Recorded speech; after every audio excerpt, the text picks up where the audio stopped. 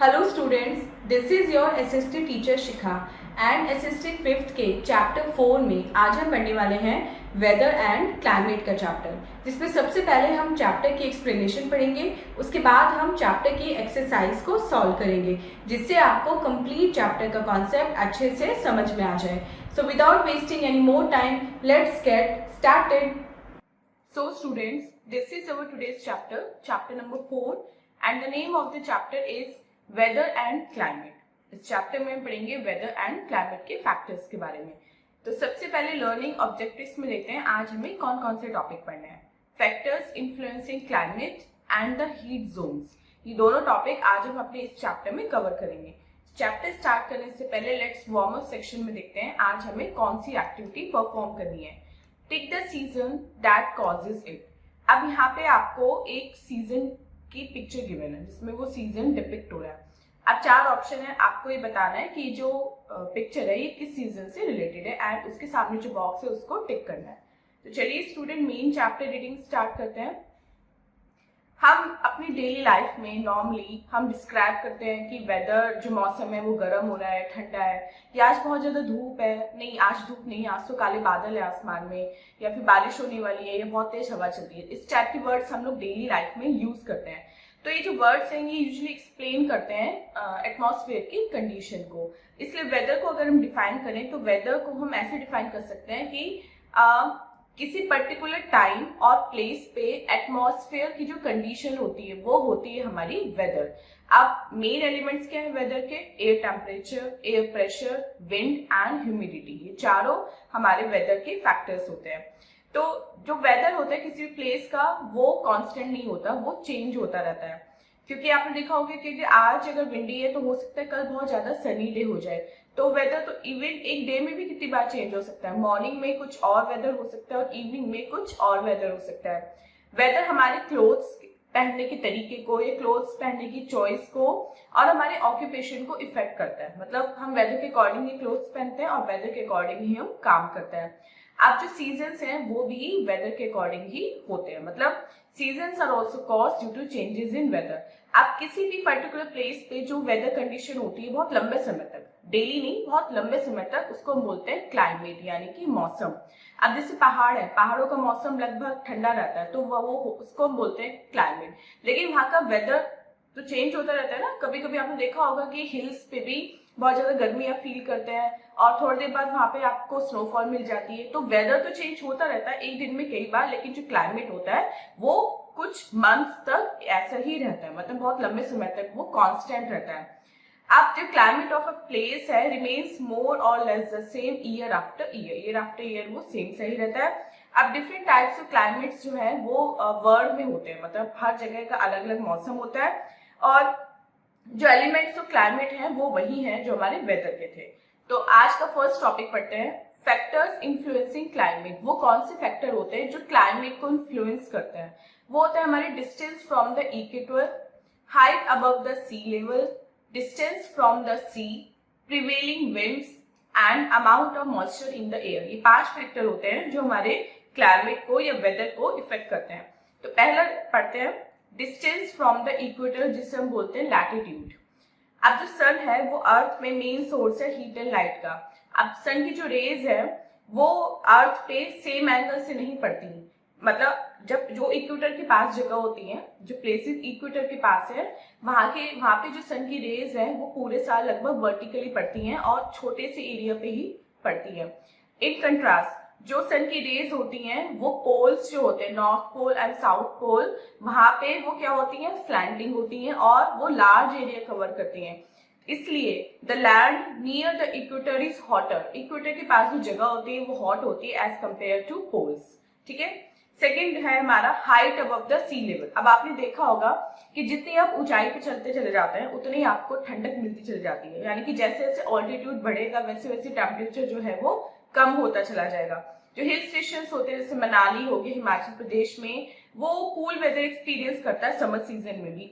जबकि अगर आप दिल्ली की बात करें समर सीजन में, जो सी लेवल से ज्यादा ऊपर नहीं है, तो वहां पे बहुत ज्यादा गर्मी होती है और मनाली में बर्फ भी पड़ती है, रेनफॉल के साथ भी बर्फ होती है। पीक जो होती है माउंटेन्स की वो पूरे साल स्नो से कवर्ड रहते हैं। ऐसे इसलिए होते हैं कि जैसे जैसे मुंह पर जाते हैं वैसे वैसे टेम्परेचर हमारा डिक्रीज होता चला जाता है। Third is distance from the sea. अब पानी को ठंडा होने में ज्यादा समय लगता है एज कंपेयर टू गर्म होने में। मतलब जो पानी है that takes more time to heat as well as to cool. इसलिए दिन के समय वाटर जो है वो लैंड से ठंडा होता है। अब जो कूल ब्रीज होती है, जो ठंडी हवा होती है, वो सी से आती है लैंड की तरफ, इसलिए वो कोस्टल एरिया से क्लाइमेट को इफेक्ट करता है। अब अगर आप दिल्ली का और मुंबई का समर सीजन में क्लाइमेट कंपेयर करें तो आपको दिल्ली का जो टेम्परेचर है वो ज्यादा मिलेगा, जबकि मुंबई का कम मिलेगा। क्यों? क्योंकि मुंबई कोस्टल रीजन है एंड वहां समुद्र से ठंडी हवाएं दिन के समय आती हैं। अब दिल्ली समुद्र से बहुत दूर है और एक्सपीरियंस करता है हॉट क्लाइमेट को। मुंबई है वेस्ट कोस्ट पे इंडिया के, वहां पे कंपैरेटिवली कूल क्लाइमेट होता है। इसलिए वो प्लेसेस जो सी के पास होते हैं, समुद्र के पास होते हैं, उनका क्लाइमेट माइल्ड होता है। माइल्ड मतलब ना ज्यादा ठंडा ना ही ज्यादा गर्म, जबकि जो सी से समुद्र से दूर होते हैं उनका क्लाइमेट गर्म होता है। Next is fourth, prevailing winds. हवा की जो बहने की दिशा है, बहने का तरीका है, वो भी हमारे क्लाइमेट को बहुत ज्यादा इफेक्ट करता है। विंड्स जो है वो गर्म भी हो सकती है, ठंडी हो सकती है, कूल हो सकती है, कोल्ड हो सकती है या मॉइस्चर भरी हो सकती है। तो they bring the weather of the place from where they are coming. जहां से वो आ रही है वो उस प्लेस का वेदर अपने साथ लेके आती हैं। अगर हॉट रीजन से विंड आ रही है तो अपने साथ क्या लेके आएंगी? हॉट क्लाइमेट, हॉट वेदर ही लेके आएंगी। जबकि अगर वो कूल रीजन से आ रही है तो वो अपने साथ ठंडक लेके आती हैं। तो सी से जो विंड आती है नॉर्मली वो कूल और वेट वेदर लेके आती है, और डेजर्ट से जो विंड्स आती है वो हॉट एंड ड्राई सैंड लेके आती है। Next is amount of moisture in the air. Air में जो मॉइस्चर का अमाउंट होता है वो भी बहुत बड़ा फैक्टर होता है क्लाइमेट को डिसाइड करने में।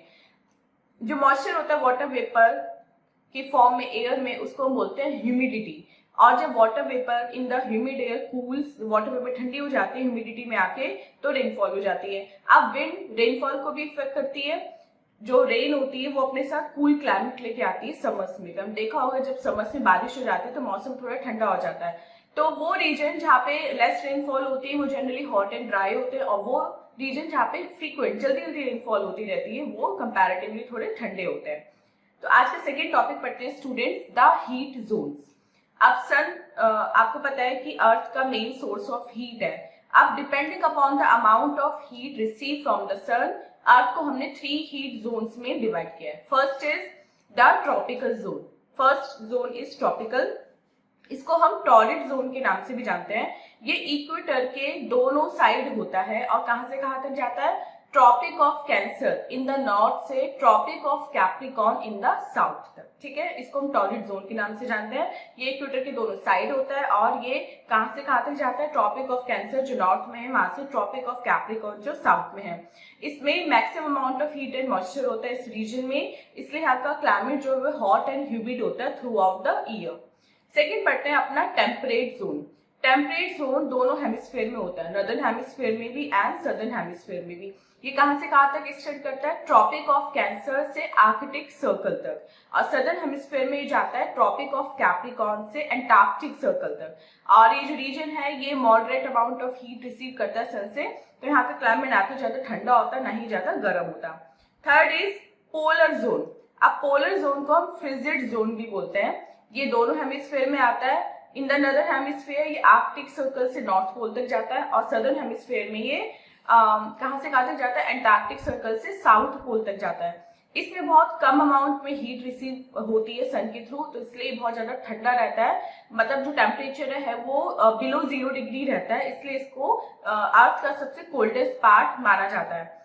अब to learn and understand the influence of weather and climate in our life, हमें ये 4 रिलेशनशिप जो इन 4 रीजन्स में होती है वो एक्सपीरियंस करनी चाहिए। Like hot and wet region, hot and dry region, very cold region and extreme climate region. ये चारों रीजन होते हैं जो हमें इन दोनों में रिलेशनशिप स्टैब्लिश करवाते हैं। So students, this was the chapter. अब चलते हैं अपने एक्सरसाइज टाइम की यानी कि लेट्स डू इट की तरफ और देखते हैं लेट्स डू इट में आज हमें कौन कौन से क्वेश्चंस मिले हैं। A is tick the correct option. इसमें हमें करेक्ट ऑप्शन को टिक करना है। फर्स्ट क्वेश्चन देखते हैं, which of the following is not an element of weather. water bodies. Second, which part of the sun receives the vertical rays of the sun? Equator. Third, the climate of a place depends on the temperature of the water. Fourth, what type of weather is brought by winds coming from the sea? Cool and wet. And fifth, the amount of moisture present in the air is called humidity. B देखते हैं, fill in the blanks with correct words. The of a place remains the same year after year. The climate of a place. Second, the temperature of air decrease with increase in height above the mean sea level. The weather of a place is never constant. Fourth, the regions which receive less rainfall are hot and dry. Fifth, the tropical zone is also known as torrid zone. See, देखते हैं, write true and false for each statement. First, the weather of a place is never fixed. True. Second, the moon is the main source of heat for the earth. False. Third, climate is mild in the coastal areas. True. Fourth, the moisture or water vapor in the air is called humidity. Yes, true. Fifth, the air temperature is mostly above 0 degrees. True. So student, this was the exercise. I hope आपको complete chapter with exercise अच्छे से समझ में आ गया है. And this was our today's video. मिलते हैं अपनी next video में इसी next chapter के explanation के साथ. Till then आप अपना बहुत बहुत ध्यान रखिएगा and bye bye.